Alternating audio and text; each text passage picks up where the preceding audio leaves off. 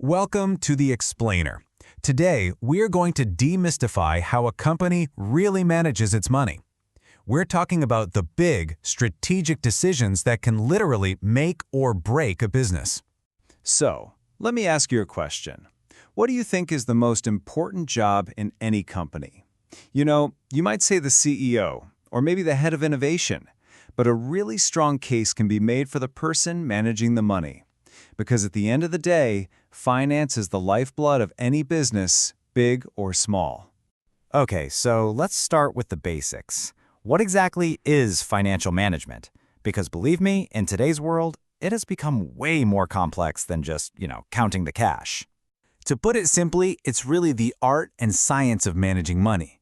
This definition here really highlights two key things. First, you've got to get the funds, procure the finance, and second, you've got to use those funds wisely to actually hit the company's goals. A great way to think about it is to picture a financial manager as a ship's captain.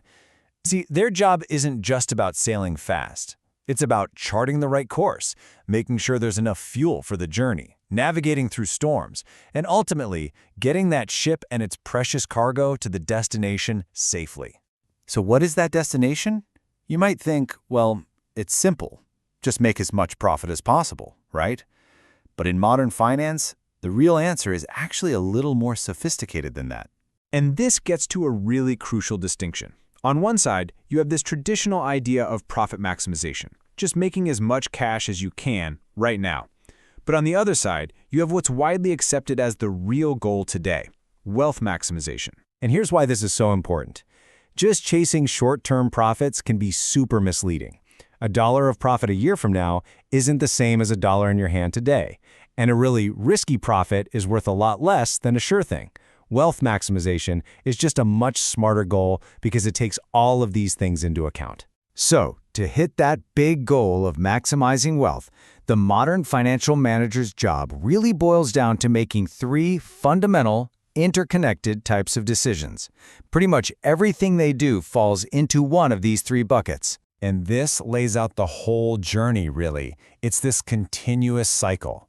First, what assets should we buy? Then, how are we going to pay for them? And finally, what do we do with the money those assets bring in? First up is the investment decision. This is all about putting your capital into projects, like new machinery or a new product line, that are going to create more value than they cost. This is how you build the future of the company. Okay, but you need money for those big investments, right? That brings us to the financing decision. This is all about finding that perfect mix, that optimal capital structure. You're balancing borrowing money, which is usually cheaper but comes with more risk, and using your own owner's capital. And finally, let's say those investments pay off and you're making a profit.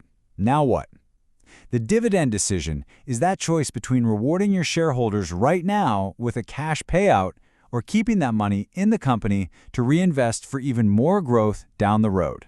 Now, underneath all three of those big decisions are two incredibly powerful concepts that are just absolutely central to all of modern finance, and those are time and risk. It seems like a pretty simple question, doesn't it? Is $1 today worth the same as $1 tomorrow? But the answer, according to one of the most fundamental ideas in finance, is a hard no. And this is because of something called the time value of money. $1 you have today is worth more than $1 you're promised tomorrow simply because you can invest it and earn a return.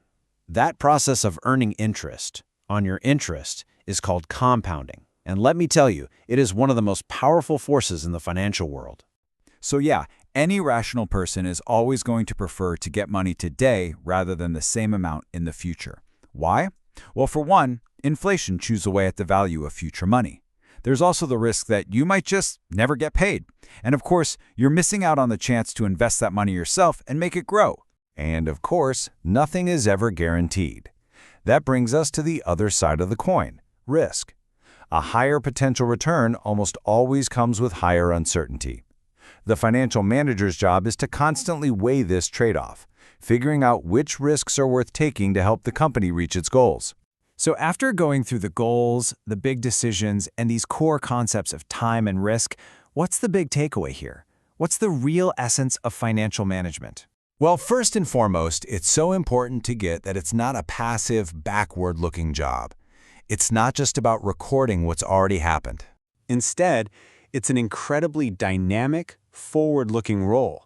It's all about making the smart, strategic choices that are going to define where the company goes next. And those choices mean you have to have a really deep understanding of how to balance all these complex competing factors, things like risk and time and opportunity.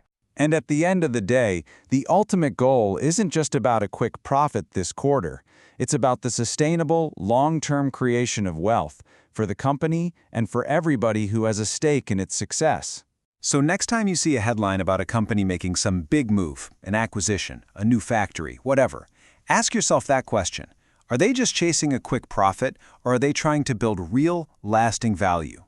That question, that's the key to understanding the very heart of financial management.